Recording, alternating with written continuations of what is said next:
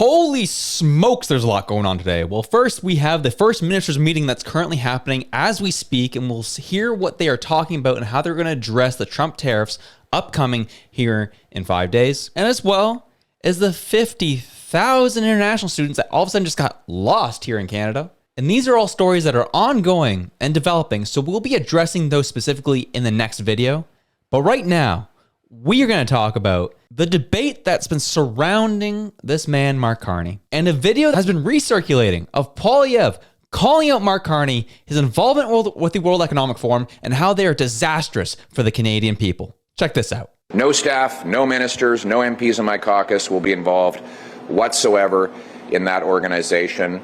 It is a group of high-flying, high-tax, high-carbon hypocrites who all got on their private jets to fly off to a remote ski village where they talked about how working-class people should not be allowed to heat their homes or drive their pickup trucks. I'm not going to work for a group of globalist billionaires who serve their own interests at the expense of everyone else. And I'd like to specifically point out Mark Carney.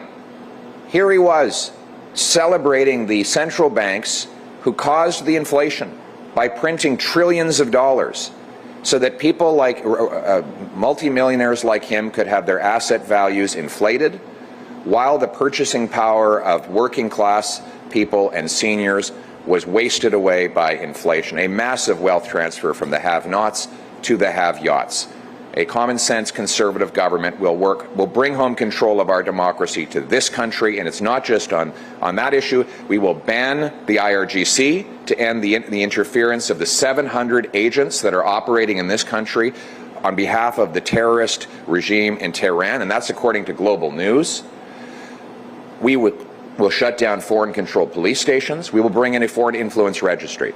We will bring home control of our democracy, and we'll make this a country that works for its people, the common people, and the common sense of the common people, united for our common home. Thank you. So if you needed a reminder, this was Pierre Poilievre in July of just this past year, explaining again that he has no tolerance and no care in the world for the World Economic Forum. He minces no words here. He doesn't want to have anything to do with these billionaire globalists who simply want to undermine the sovereignty of our nation. In some ways, it is really nice to see Pierre Poilievre again, even though he's done several of these videos over the past couple of years. You can see why this one's circulating again, because he's able to call out Mark Carney directly for his involvement with this group. He's not out for the best interests of Canadians.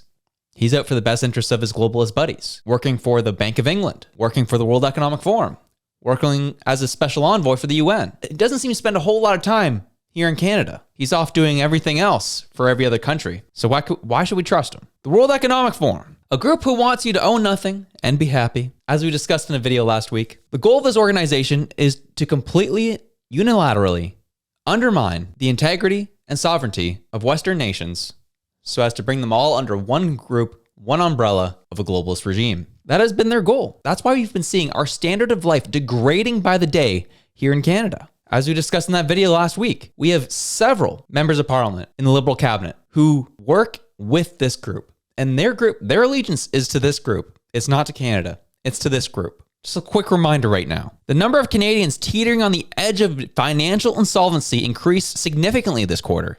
Half now indicate they are $200 or less away from insolvency, a substantial 8-point increase since last quarter. We are seeing, as Pierre Poilievre pointed out in that video, a siphoning of value from the middle class to the upper. We're being taxed to death so that there is no middle class left. And as I said, it's nice to know, to not be gaslit. Oh, this group doesn't exist. That's not what they want to do. It's funny how it's always changed. It went from, okay, tell me more about this World Economic Forum. Oh, they don't exactly exist. Then the goalposts changed. Like, oh, okay, those aren't the actual interests of them. They're just trying to make the world a better place. And they continue on and on and on until they fully start admitting exactly what this group is all about. As I said, I, for one, was very happy to see Poilievre call out Mark Carney in this video, as he is a board member of the World Economic Forum. He's worked in a heavy capacity with them. And it's scary that guys like him want to infiltrate and have an impact on our Canadian politics here. This next election, don't get me wrong, I'm still weary about Pierre Poilievre, not fully understanding where he really stands when it comes to this WEF stuff, as he was listed on their website, even though he's claimed he has had no interactions with them. So I'm still like cautiously optimistic with Poilievre. But if what he's saying is true, this next election is not liberal versus conservative, progressivism versus conserving what we currently have. It will not be about that. It will be about globalism versus nationalism. The World Economic Forum versus Canada. Do not get it twisted. That's what it'll come down to if Carney gets in. And even if Carney doesn't get in, it will be that no matter what. Because Freeland is also a World Economic Forum member. So no matter who gets in between those two, that's the battle. That's what we're dealing with. And these people are in every level of government in this country. Let's take Olivia Chow, for example. She just made headlines, increasing property tax 6.9% again on Torontonians. Third straight year of increases in that city with nothing to show for it. Listen to Olivia explain her way through her reasoning of increasing this tax yet again. Well, there's two pieces of it. The first piece is pay for things that we rely on. So, for example, we have a growing city. 35% increase in the last 10 years. So we need to pay more to hire 200 to 300 more firefighters, police officers, ambulance, paramedics. So when you call for help, someone is there. The response time has to be short. If not, you get in trouble, right? So keeping people safe is really important. Secondly, life is tough for some people. Some people are a few paychecks away from being evicted, right? So we need to build more affordable housing, help the tenants to not get rent evicted. All of those things also cost a bit. And thirdly, when times are tough, it's important that there are services to support folks, like library, things that are free. Library service, open it up on Sunday, so there's a place for people to do homework. Food in schools for kids, because 1 in 10 Torontonians are using food banks. And opening the libraries and the pools and all of those free things for longer hours. Those are important. And I know you just did traffic. We need to ease congestion. So TTC is the better way, right? If more people take TTC, better. So ridership is growing, right? But we need to freeze the fares and increase services so you don't have to wait so long, so services are more reliable. All of that is about each week, homeowners are looking for maybe a Big Mac, it's $5.20 more each week, or 2 Timmys, in terms of increase on average. While I take your point that, yeah, the increase is $5-something every day, that's what... Every week, not every day. Don't scare me. Every week, pardon me. I misspoke there. Oh man, not $5 a day. Don't scare me, she says.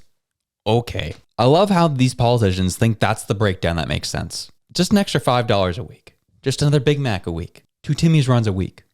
That's how much the increase is. Not that bad. It's not that bad. We only increased your property taxes in 2023 at 7% under John Tory. We only increased your property taxes in 2024 last year at 9.5%.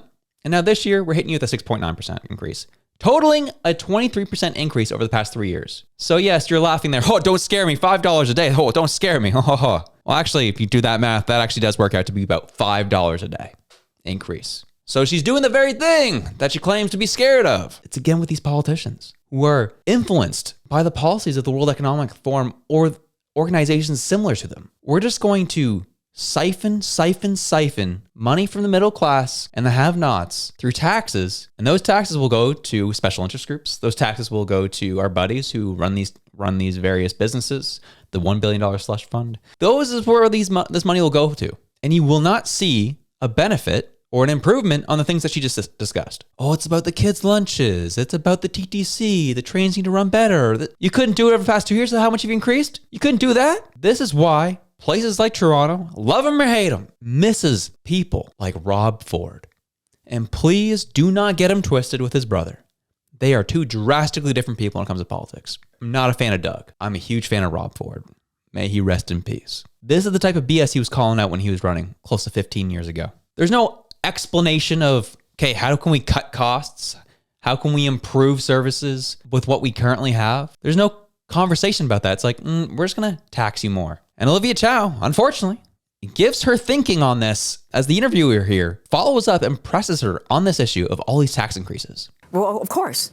You notice the former mayor, John Tory, had to do the 7%, right? It wasn't my fault. Need it, and it's now at the same, right? It's equal. Last year is different because I came in, I inherited a $1.8 billion shortfall. I grew up in a family that don't have much. My mom was a maid. We live in St. James Town. We need to pay what we can, like pay now on service rather than go and borrow more. So this year, the opening challenges in terms of the budget is still 1.2 billion. It's getting better. So I didn't want to borrow more money because I don't think that's responsible. But what I want to do is make sure that when people need the help, they're there. You can't call 911 and be put on hold for a long time, or you need a police officer showing up. So we need to hire them. The salary are going up because we do salary negotiation every 3 or 4 years, and this happens to be the year that we do all the negotiations. So you add all that up, we have to do that kind of services. And The first response is, wasn't my fault. It's out of my hands. I received a dumpster fire. So I had to really, increase taxes. I didn't want to borrow more money, so I had to take more money. Again, never at any point, these politicians, is there a way to take care of what you currently have. Use what you have. That never crosses their mind. It's always jack it up and increase it. I can either borrow money from the bank or take money from the people. I think I'm going to take money from the people. Only a Big Mac a week. You can go without a meal a week, she says. Even our boy, Ron Butler, mortgage guy, saying this is absolutely insane. More property tax increases. Toronto, up 24% in 3 years. We are so screwed. This year's 6.9% property tax increase is 2.7x the rate of inflation. Mayor Chow says, don't worry, only $5 a week. Just miss a couple meals a month. No worries. This stuff is completely nuts. Current city officials blame old mayors and councils because they didn't raise taxes enough on their watch. We have to play catch up, said one dip bleep councillor. If this is the attitude of the people in charge, the city of Toronto is doomed. Not one person said reduce expenses. Not one person says we spend way too much. If you run a business, you can only raise prices so much. Increase price too much and sales stop. Business goes broke. Therefore, expenses must be cut to stay open, and city government just keep raising taxes. Don't worry about the expenses. And then he goes on, but he's spot on here. This is how it operates. This is how it goes. You support someone like Mark Carney, you get more of this. Well, Mark Carney's smart. He has a background in economics. He's a smart guy. Exactly. He is a smart guy. And he's shown in his policy support and what he's talked about in the past, and then also through his actions, that his support is to the World Economic Forum. It's not to make Canada better. It's to how can we improve the agenda of the WEF. That's simply it. And this goes back to the start of our video. Policies like Olivia Chow's are directly in line with that of the World Economic Forum. Everything that you hear and see is in the name of safety and affordability. That's the argument. But it's really about transferring the wealth of Canadians out of them. These property tax increases are punishment for people who own homes. They are increasing pain on those who own things. How do you keep people obedient? You keep them reliant on the system. Could you imagine if the state owned homes? You would never be able to speak out on anything if the state owned your home, which Olivia Chow also talked about how the city wants to get into more government-owned homes. Through these property taxes increase, you make it so unaffordable for people to own homes that they end up selling and end up having to rent. You push the private entities out by scaring off private businesses, and therefore you take what is left and you take that to boost the public workforce. And before you know it, private entities are now government-owned or government-run. And then from there, you take care of the housing and you have control over a certain percentage of housing. Then you look to have control over the money. Central bank digital currencies, anybody? Programmable money. Money that the government can change and choose how you spend it. The money that Mark Carney supports and wants to see more of. World Economic Forum through and through. So at the end of the day, you make everyone dependent on the government through government transfers. You control the population. No more convoys. No more shows like this. No more dissent. You know your role and shut your mouth. That's what you get. And that's why I was happy to see Pierre Poilievre not burying his head in the sand on these issues, but calling it out for what it is. And that Mark Carney is the face of it all here in this country. We're seeing it at the municipal levels. We see it in some cases at provincial levels, depending on the province you're living in. These policies are ruining us. And in some cases, it's by design. Thanks for watching. We're going to be following up with what's going on with the First Minister's meeting and how they're going to adapt to what Trump is bringing forward. And then as well as we're going to follow up on what's going on with the 50,000 international students who have gone missing here in this country. I'll see you later. Have yourselves a good one. I'm out.